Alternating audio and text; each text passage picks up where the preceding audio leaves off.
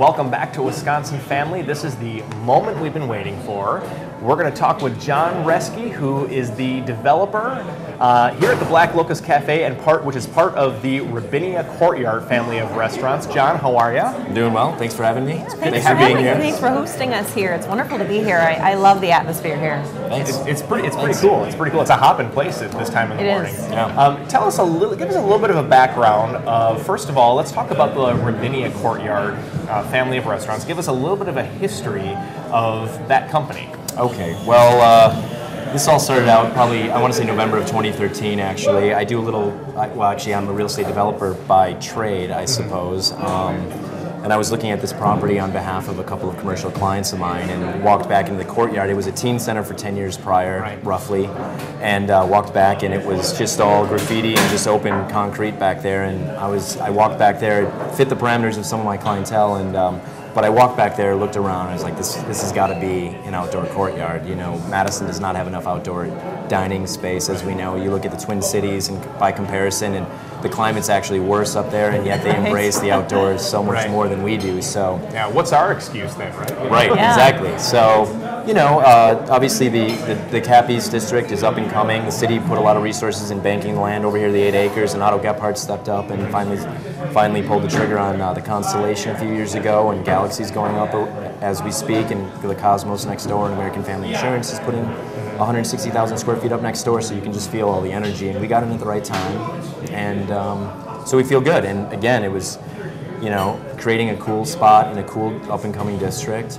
So we're excited about it, just from all levels. So yeah, it's exciting to see this whole area. It's just grown up so much, and it's just absolutely beautiful to look at too, and it's so cool. So Black Locust Cafe in particular, you know, how did the concept of this particular cafe come about, and what's the meaning of the name? Well, yeah, exactly. We got some pushback actually, but so the original, we used to have A-OK Coffee House in here, and Gwen and Kyle Johnson have since moved on. They've got an ever-expanding empire and a lot of irons in the fire, and this was the easiest component of their portfolio to shed, so to speak. And so, you know, we filled the void. We kept it in-house, and I brought on Brandon Reske as a partner.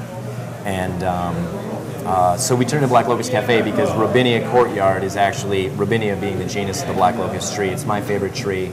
A lot of people don't like that tree. It's mildly invasive, mildly to highly invasive, perhaps. But our planting was legitimate, DNR, thank you. But so we put that in October of 2014, and I love the tree. It flowers from last 2 weeks of May, 2 weeks of June, and then it's just super fragrant. So our dream out there is to have a mature canopy out there, Black Locust trees, super fragrant and just beautiful out there. But again, we just tied in the concept without being too overlapping, maybe thematically, if you will, because again, we've got 3 distinct restaurants here, and then we've got the distinct branding of the overarching courtyard concept too. Yeah. Just again to keep everything separate, but married as well. So that's really cool, and I think that there is an appetite here in town to have more outdoor dining, and I didn't realize that we were behind the Twin Cities on that. Yeah, but I think that's fantastic that you're doing that. I'm curious to know, it kind of sounds to me like your interest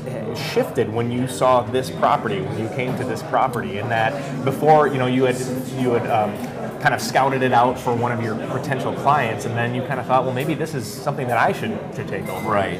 So has that kind of been your role? Are you still working with other clients on commercial real estate, or are you? I'm trying to. If you ask those clients, they might say not so much, but because obviously this morphs. You never know what you're getting into, especially in the restaurant world. And yeah, it's definitely consumed a little bit more of my week than I had anticipated. But I greet it with open arms, and I think again we've created a great concept here. Yeah. But I will say that it's funny you say that this might have been an itch I wanted to scratch a while back, because actually I own a property with a group 4 blocks down actually, and there was a courtyard concept there that we were trying to share with a coffee house, and there were some logistical issues there on trying to make that work. That did not get to the finish line, and so maybe I looked at every property with the potential of creating some kind of outdoor space.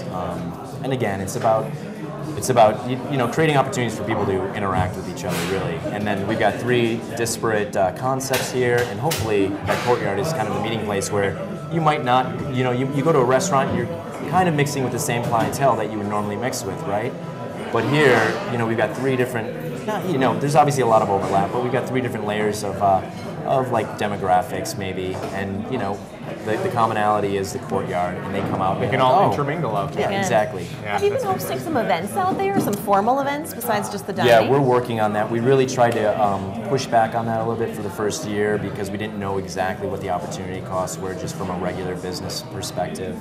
And so now that we've got that dialed in a little bit more, we're going to be pursuing events out there. We've had a lot of requests for weddings out there, receptions, things of that nature. So we are definitely going to embrace that much more next warm season. So, do you think that you're going to expand your family, so to speak, in restaurants? You know, we do it. Yes, the answer is always yes. And then from a building perspective as well, do you see this building? Right. There, you know, it's funny. There's a lot of it's become quite competitive in this market now. There's virtually no land or parcels of land that are unspoken for at this point. So there's definitely some arm wrestling going on right now, which is great. I mean, it means that we made the right decision, obviously. And then, but right now, you know, like again, it's a matter of resources and capital allocation, things like that, where we just need to, you know, make sure that this is still a home run moving forward, and then consider. But yeah, we're always thinking. So. Sure. Before we go to, I want to talk menu because you've got some unique offerings here. I'm hearing a lot about crepes and bings. Right. Tell us what a bing is. Yeah, it's funny. I was just, you know, we brought in a new chef. Our old chef, our opening chef, did a great job. He was with us for 10 months. August 1st, he moved to Houston, opened up a restaurant with his brother, actually. So he stuck around as long as he could. It was great. Gave us plenty of heads up to find a new chef, and thankfully, and luckily, serendipitously, Chef Nick Johnson, who was at the Stam House, which had obviously gone through its own transition. But we pretty much, between Laura Jones, Sarah Kinzer, who owned Julep, myself, Nick Johnson, we all worked at Magnus together, and LJ was one of the owners at Magnus as well. So we all worked under her, so we got the band back together, so to speak, which was great.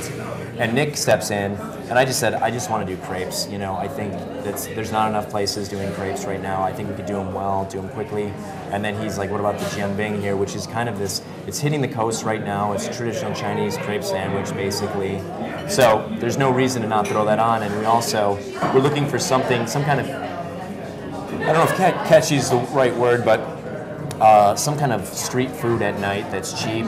Get some bodies in here at night because this place is not night-loving enough. And that was one of the flaws in the overall concept from my perspective and from my own doing, is that, you know, you could have 200 people in Julep and Barolo on a Friday night in the Courtyard field, and you drive by and this cafe is closed. It closes at 9. So people very much viewed it as a coffee shop. We're trying to expand on that concept. So. Cool. John Reske from the Robinia Courtyard Group, thank you so much for having us here today. We appreciate it. Yeah, absolutely. We've been here on location at the Black Locust Cafe on East Washington Avenue in Madison. Come on down. Check it out. Yeah, absolutely. That's all the time we have for Wisconsin Family. We'll see you next time. Every day is a new beginning. Shine your light. It's a day and the world is waiting. Move along to the song, singing in your soul. Feel the beat, clap your hands, let